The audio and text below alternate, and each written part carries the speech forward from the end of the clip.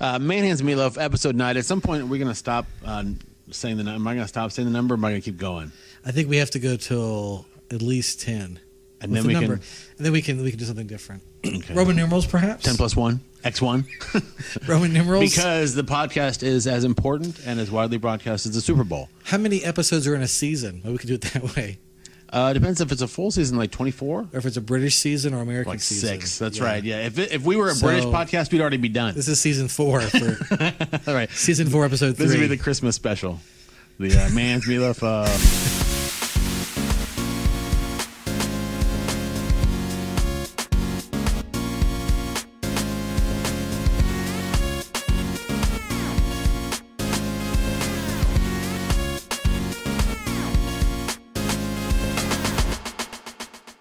All right, so this is episode 9, and today at the table we have Professor Mike McMullen. And what am I professing? That's a good question. I'm gonna ask you some questions. You're gonna teach us a little bit. Actually, I don't know if you're gonna teach us or not, but I'm gonna put you on the spot a little bit. Last episode, I guess we finished the episode talking about one of your recent blog posts about churches and pastors. In essence, being Elvis impersonators. Wow. Right? It sounds bad when you say it that way. Well, that's what you say that in the post, don't you? Did. Okay, I don't put words in your mouth. And if you want to know the backstory, I encourage you to visit episode 8. We won't rehash it here. But as we were talking, some questions popped into my mind that I wanted to ask you. And then as you respond, we'll just talk about it. But I want to get your take first and kind of see where it leads us. So we're not starting with like a funny story. No, we're not going to make people feel comfortable or warm. So an old man and his grandson. No lighthearted banter to begin the podcast. An old man and his grandson walk into the country store and Grandpa, I want root beer. No, where's the marmalade? We're going to get right at it with some questions. Are you ready? I think so.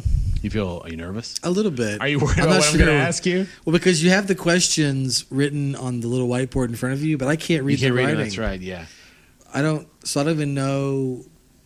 Yeah, I can't. So that the questions... That should be the first game. I have to try to read the questions on my own. Can you tell what number 1 is at all? What is a... But don't say it if you think you got it. Okay. You think you got it. I think I got that one. So let me say this, I guess, maybe to lay some ground rules. If you don't want to answer something, you don't have to answer it. I can say pass. You can say pass. How many passes do I get? You get half of a pass. Okay. And also, I was going to say something else as a bit of a... just a little bit of a primer.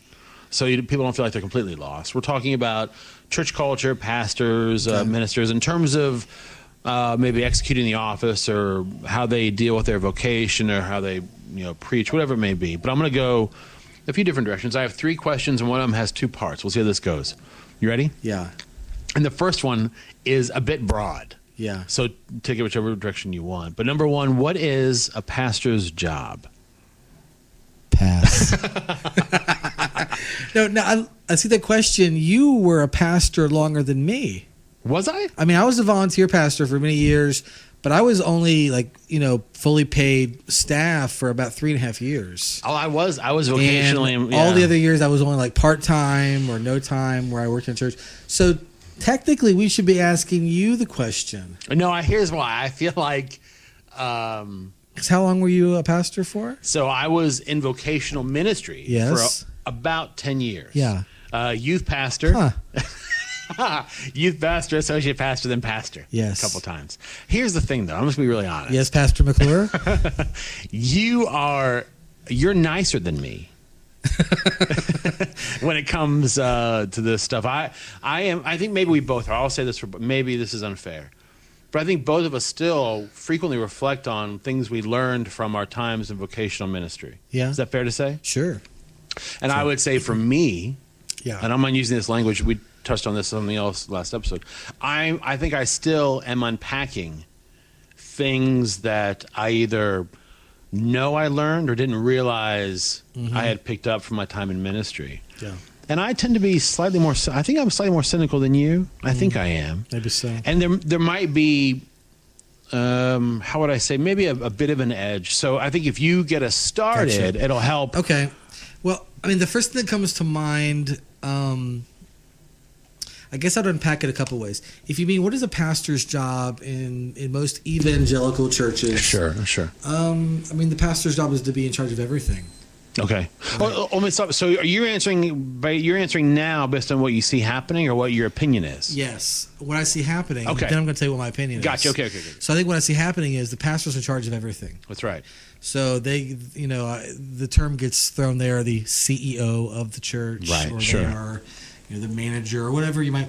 But they're kind of asked to be over everything. So if it's a church of 30, that means they do the preaching, the teaching, they mow the grass, they visit people in the hospital, they, sometimes vacuum and clean toilets. And, Sure. And if it's a church of several hundred or several thousand, then they're basically, like an administrator, a CEO, still a good teacher, a pastor. The thing that popped into my head when you asked the question was a book that I think goes into that question a bit.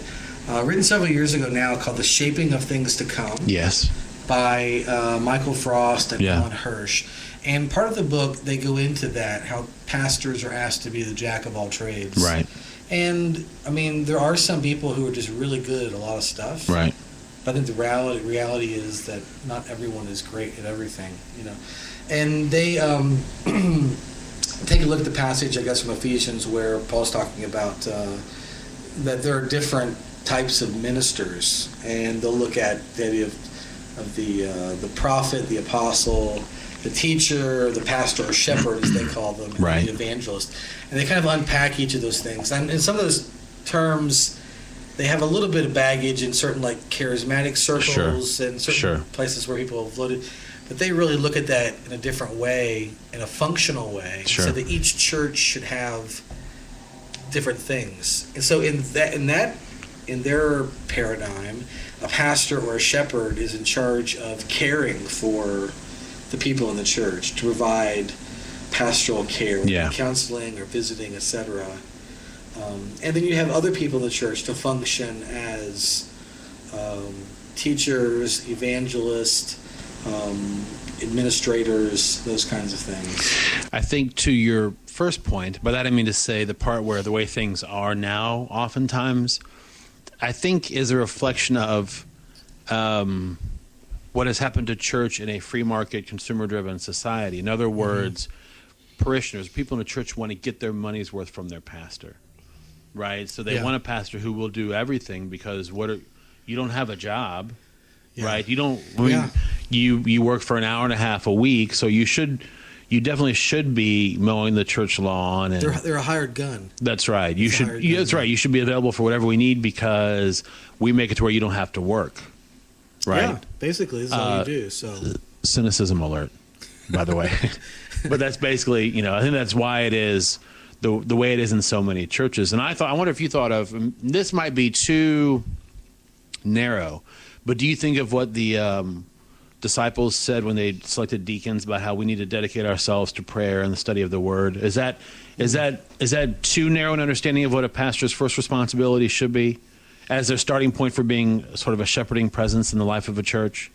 Well, I think they have to be free to do some of those things, but I also think there are some really great pastors who are not completely free to do only those things. Oh, totally. Where they call them bivocational. So totally, they're doing something else. They're working a job, right, and pastoring, and I think that gives them a different perspective. Sometimes a very good perspective, right?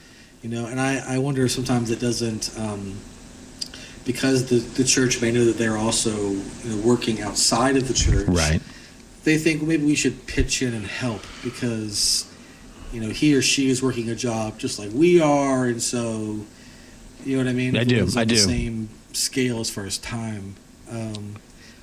But I think it is good to have the extra time. I enjoyed, having been someone who did work a regular job and was volunteering or being paid part-time, and then going to someone who this was all I was doing, was that it was nice to have the time to devote yourself to praying and visiting and reading and studying, and that kind of stuff was great. It really was.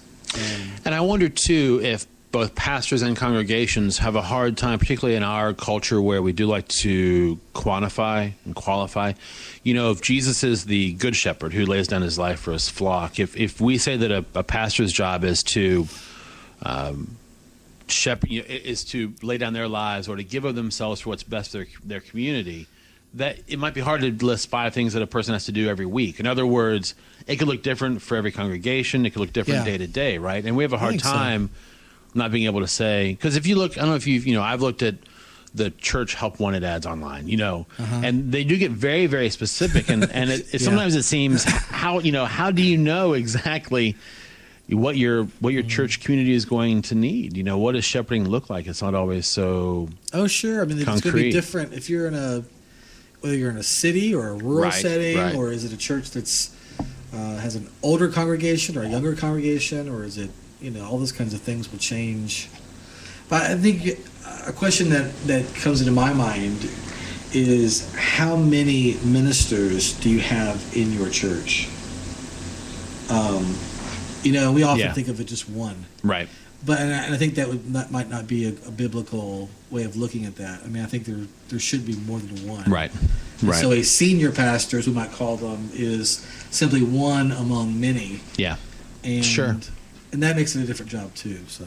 Well, and I've been to some churches, and then we'll go on to question number 2. I've been in some churches where even on the bulletin, it'll say ministers of the church. It'll say like congregation or everybody, and then it'll say pastor and the pastor's name. They don't mean that. Right. That's just for effect. Somebody went to a conference and came back and added that line to the bulletin to make them all feel better. That's good. All right, let's go on number 2, just because I don't want to run out of time. I can't read that. Can you read one number 2? No, I can't read it at all. All right, in the context of either the pastorate or in the context of the life of a church, what is success? And then part 2, does being successful matter? Yeah. I mean, that's a huge question. It is, isn't it? Yeah. And I knew that only a mind like yours could handle it. First off, almost like word association. What's the first thing that comes to your mind, though? What do you think? Well, how are you defining success? I mean, and I think it's different. I mean, there may be an overall. This is how churches in general maybe define success. Well, yeah, do it like you did the first one. What do you think success looks like to church? Many of the churches in America today. What do you think they think is successful? And then, do you think that matters? Do it that way. Yeah, I mean, for a lot of churches. I mean, if we're just honest, I think success looks like a lot of people showing up on Sunday morning. And that's what, and so Sunday morning becomes the only, scale that we're using, and I think that's maybe where that's not helpful, I think. And we used to talk about how we talk about church growth or church health. Yeah. I mean, growing is not always a good thing. I mean, if we just use our own bodies as as a metaphor, getting bigger and bigger is not always healthy. So, I think there could be some. I think there could be some very small churches that however you want to classify small, that could be healthy, and there could be some big churches that are healthy as well. But so maybe that would. I mean, I think that might be a better measures. And then, what kind of metrics are we using to say church health? Right? I mean, are we looking at how many visitors come in? Are we looking at, money? Hate to mention that. Is that a part of the equation? Is it how many people are involved in ministries outside of Sunday morning or Wednesday night? I think in that sense, I think maybe then the church gets together at some point. Perhaps the pastor kind of leads or directs this or facilitates the discussion. But they kind of ask themselves, what do we feel called to do? What kind of church do we feel called to be? And what are some things we might do to measure that, as far as setting goals? Knowing you may have to change those goals later or tweak them or whatever. And to extend your most recent metaphor, we like metaphors here at the table, don't we? Yes. To extend that metaphor, it is fairly easy to get bigger. Yeah. But I mean to say, within our bodies and, on the American diet, it's not very hard. And for a church, I had this conversation with folks I've worked with in my time at churches. You could theoretically draw very, very large crowds pretty easily with either the right person speaking on a Sunday, tailoring programs to the it would not be hard to get a large number of individuals to come to your service based on what you did. I think in that sense, it's kind of like a business. I mean, there are certain principles you're going to use. There's going to be marketing. There's going to be, what kind of product are you offering? I think you can look at it that way if you just want.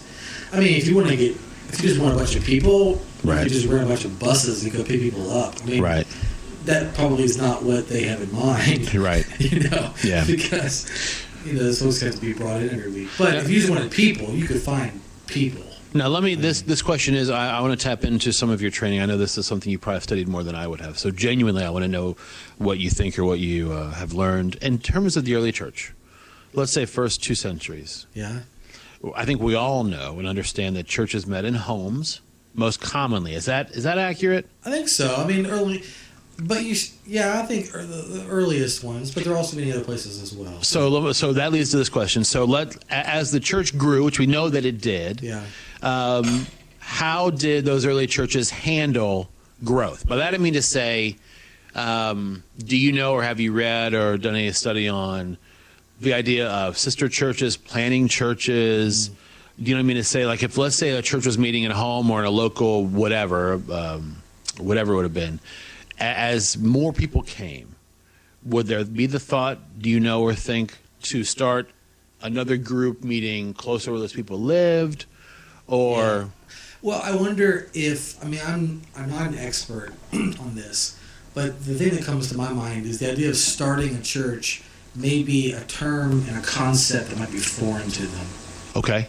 If you think about this as, and it depends on the context, but if a lot of them are coming out of a Jewish context, yes, you didn't just start. You were this, and you associated with others who were this. So with Christians, maybe it's a matter of just being with other Christians, and that act of kind of being together with them is church. Right. Absolutely. Sure.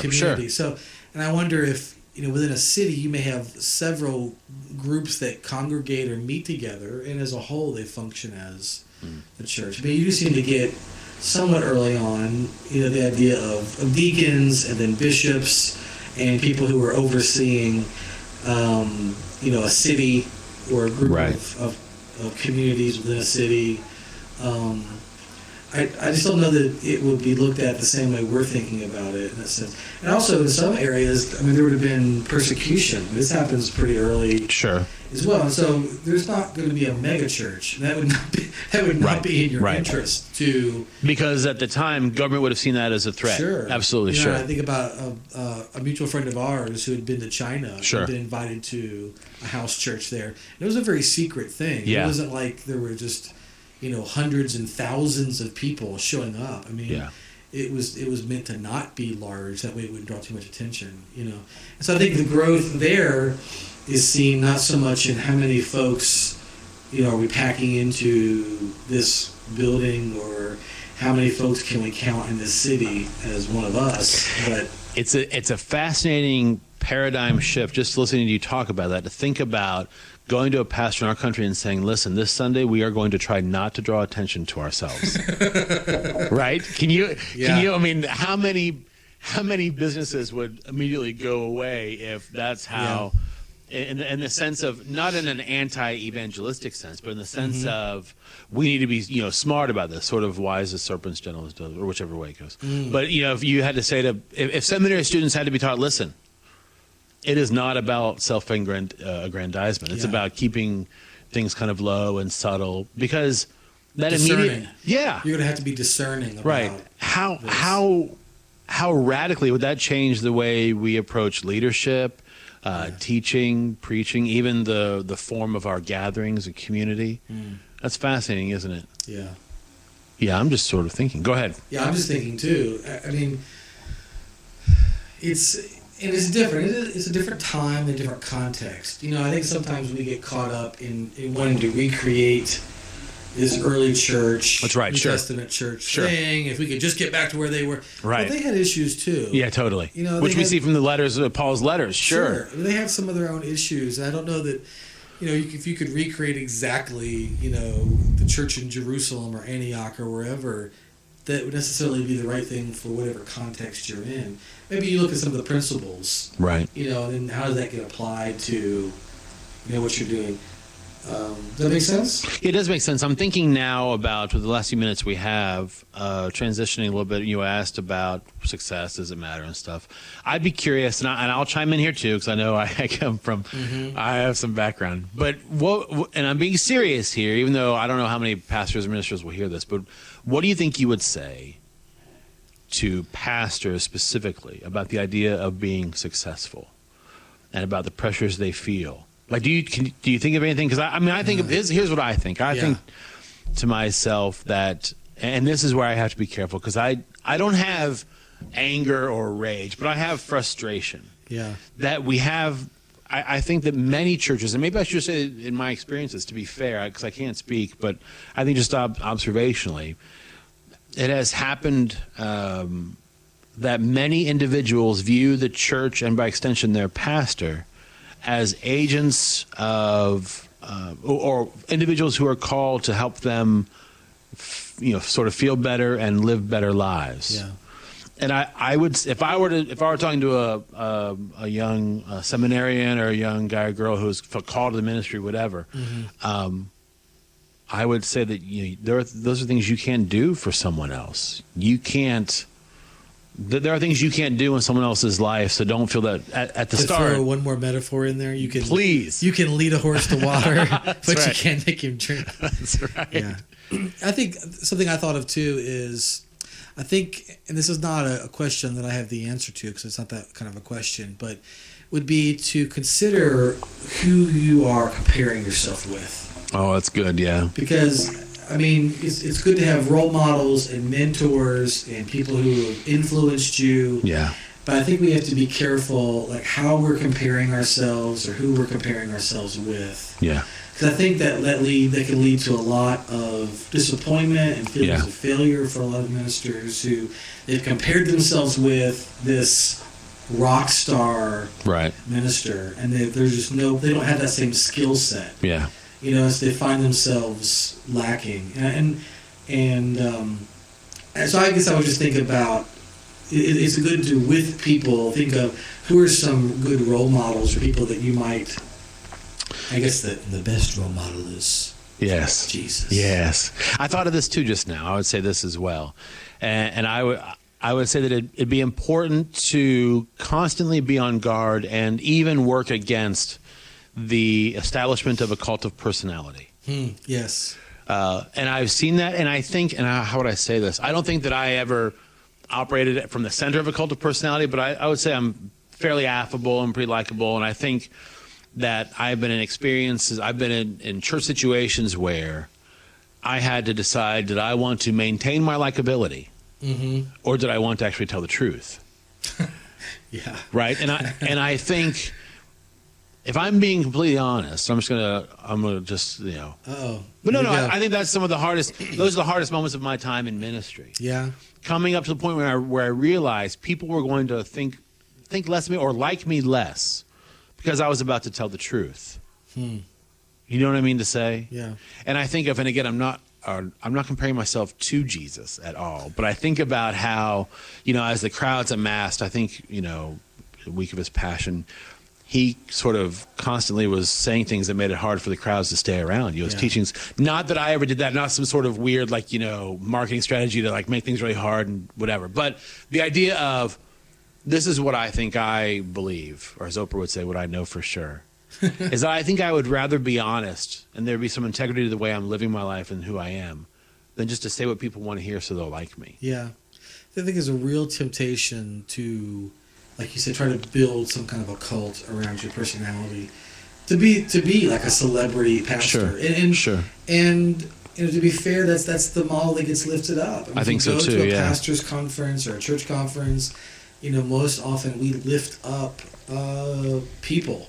Yeah. As celebrities. And I feel like we're still the Hebrews at the base of the mountain. We still want a golden calf. I think we all have that. We want something we can see to worship. Not right. And to do that, you have to be a certain way and act a certain way. That's right. And maybe dress a certain way. Sure. And it gets back to the previous discussion about are you being authentic to who you are and who God's called you to be, or are you simply impersonating someone else. I remember having this. This isn't exactly relatable, but I just remember it now.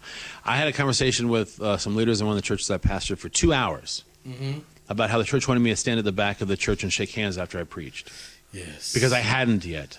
Right. We'd finish whatever, and I would stay at the front and mingle or whatever. But they wanted me specifically to go to the back doors and shake hands as people left. Yeah. And I was young, and I really rebuffed the notion. Not because I was opposed to it, because I didn't want to be told what to do. So there was a lot going on there. You know what I mean to say?